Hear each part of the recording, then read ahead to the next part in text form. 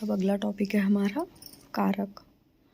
सार्थकता को लाने के लिए संबंध को बताने का कार्य करता है कारक। कारकों की संख्या कितनी होती है? 8। कारक विभक्ति और इसके उदाहरण हैं। कर्ता ने कर्म को करण से संप्रदान के लिए अपादान से संबंध काकी के रारीरे नानी ने अधिकरण में पर संबोधन हेओ और। उदाहरण है हमारा राम ने भोजन किया, यानी कि राम ने भोजन किया। राम ने सीता को पीटा। ये इसके एग्जाम्पल्स हैं।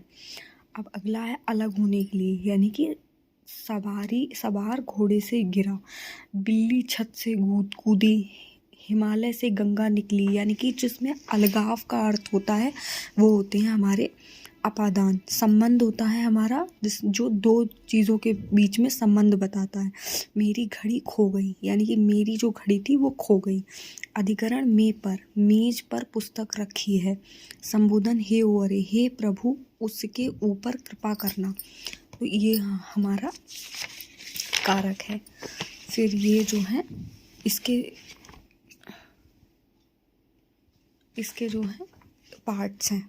संज्ञा, सर्वनाम, क्रिया, विशेषण, अव्यय और ये है लास्ट परसर्ग। अब ये हम क्रिया देखेंगे। अकर्मक, सकर्मक, द्विकर्मक, प्रेरणार्थक, अपूर्ण क्रिया, सहायक क्रिया।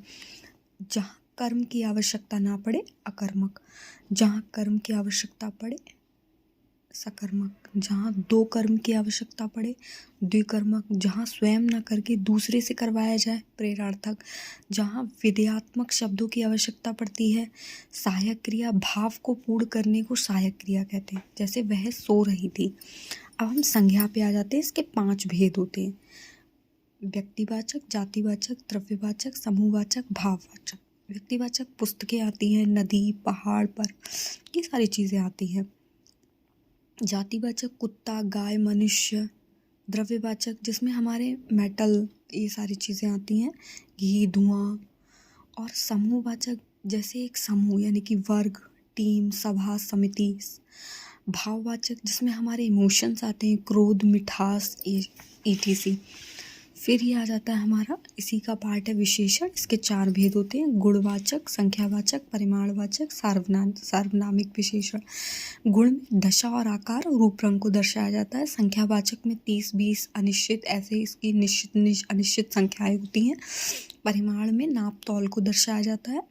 सर्वनामिक में मैं तो वह, यानी कि किसी चीज़ को पॉइंट आउट किया जाता है कि ये वस्तु मेरी ही है। अब अगला है इसमें सर्वनाम। सर्वनाम के 6 भेद होते हैं: पुरुषवाचक, निश्चयवाचक, अनिश्चयवाचक, निजवाचक, संबंधवाचक, प्रश्नवाचक।